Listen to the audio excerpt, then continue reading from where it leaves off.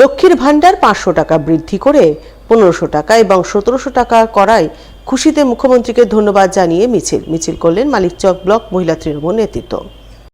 বৃহস্পতিবার বিকালে মহিলা তৃণমূলের উদ্যোগে আয়োজিত বর্ণময় সুসজ্জিত মিছিল পরিক্রমা করল মানিকচক সদর এলাকা।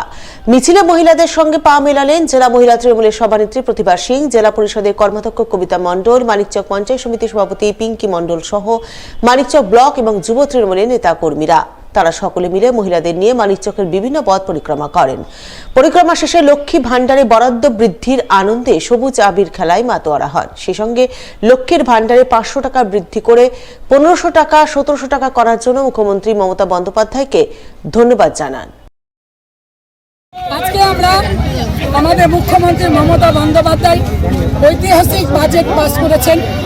সেই বাজেটে বিশেষ করে মহিলাদের জন্য আইসিডিএসসি মহিলা, আশাকর্মীর মহিলা এবং আমাদের লক্ষ্মী ভাণ্ডারের আওতায় যে সমস্ত মহিলারা আছেন প্রত্যেকের জন্য উনি ভেবেছেন। বিগত সরকার গঠন করার আগে উনি বলেছিলেন ক্ষমতায় আসলে আমরা লক্ষ্মী ভাণ্ডার চালু করব। উনি কথা দিয়ে কথা রেখেছিলেন এবং প্রতিটা মহিলার যারা জেনারেল তাদের 500 টাকা এবং যারা আমাদের এসসি এসটি তারা 1200 এবং 500 1700 টাকা দিদি আমাদের দিচ্ছেন। আমাদের মহিলাদের মধ্যে প্রচুর উল্লাস এবং আমরা প্রত্যেকটা মহিলা চাই আমাদের মুখ্যমন্ত্রী মমতা বন্দ্যোপাধ্যায় চতুর্থবারে বিপুল সংখ্যা সিট নিয়ে পুনরায় আবার গভর্নমেন্ট করবেন এবং আগামী দিনে আমরা 1500 থেকে পুনরায় 3000 পাবো, এটাই আমাদের আশাবাদী।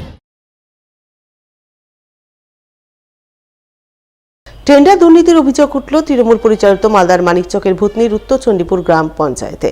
টেন্ডারে কাগজপত্র ঠিকঠাক যাচাই না করে প্রায় 80 লক্ষ টাকার টেন্ডার প্রদানের অভিযোগ উঠল পঞ্চায়েত প্রধান সহ পঞ্চায়েত কর্তৃপক্ষের বিরুদ্ধে।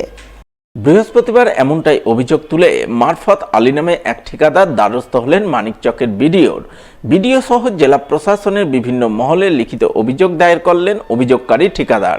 তার বক্তব্য, তৃণমূল পরিচালিত উত্তর চণ্ডীপুর গ্রাম পঞ্চায়েতের প্রধান সহ পঞ্চায়েত কর্তৃপক্ষ যোগসাজশ করে টেন্ডার প্রক্রিয়ায় দুর্নীতি করেছেন। টেন্ডারের কাগজপত্র সঠিকভাবে যাচাই না করেই তাদের কাছের ঠিকাদারদের কাজ পাইয়ে দিয়েছেন।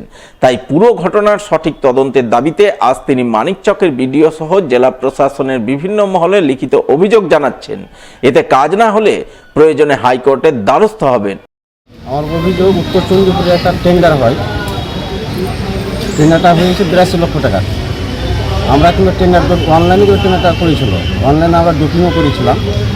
নোটিশে যে যা পেপার চেয়েছিল আমরা দিয়েছি, রেকগনাইজ চেয়েছিল 5-এর উপরে মাঠ থেকে রেকগনাইজ লাগবে, যেহেতু আমরা রেকগনাইজও দিয়েছি। তারপরে ওরা মানে কোনো পেমেন্ট সার্টিফিকেটও লাগায়নি, অনেকটা পেপার ওটা লাগায়নি। তাতে করে ইঞ্জিনিয়ার আমাদের ওখানে অমিত ওগুলো সব পেপার ভেরিফাই না করে কিন্তু বিট ওপেনিং করে দেয়, অ্যাকসেপ্ট করে দেয়। তারপরে কিন্তু কাজ ওরাকে মানে ওই বিট খোলার পরে ফিনিশিয়াল বিট খুলেছে, ফিনিশিয়াল বিট খোলার পরে ইউসি কমপ্লিট না করেই ওয়ার্কেটা না বের করেই ওরা কিন্তু কাজ স্টার্ট করে দিয়েছে অলরেডি। আমাদের অভিযোগ হলো এই পেপারসগুলো তদন্ত হোক। বিডিও সাহেবকে আমি বলবো এই পেপারসগুলো যেন তদন্ত করে দেখে, মানে যেহেতু মেম্বারের ভাইকে কাজ দিয়েছে আর ওর নিজের কাছের ঠিকাদারগুলোকে কাজ দিয়েছে। ওরা ওই যে কি স্থায়ী সমিতিতে পাস করে রেজুলেশন লিখিয়ে ওরা কাজ দিয়েছে। যদিও টেন্ডার প্রক্রিয়ায় দুর্নীতির অভিযোগ অস্বীকার করেছেন তৃণমূল পরিচালিত উত্তর চণ্ডীপুর গ্রাম পঞ্চায়েতের প্রধান অর্চনা মণ্ডল।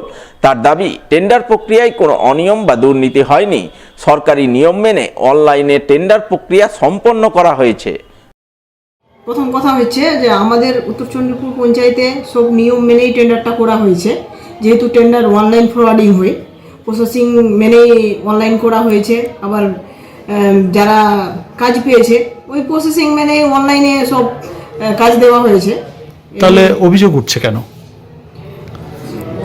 অভিযোগ করতেই পারে, কে করেছে আমি জানি না, কিন্তু যে করেছে উনি নাকি সব অঞ্চলেই, যেটুকু আমি বুঝতে পারছি আর শুনেছি, ওদের অভ্যাসটাই ওরকমই আছে। যে যেমন মানিকচক ব্লকের আন্ডারে মানে অনেক জিপিতে ওরা কমপ্লেন করে বেড়ায়।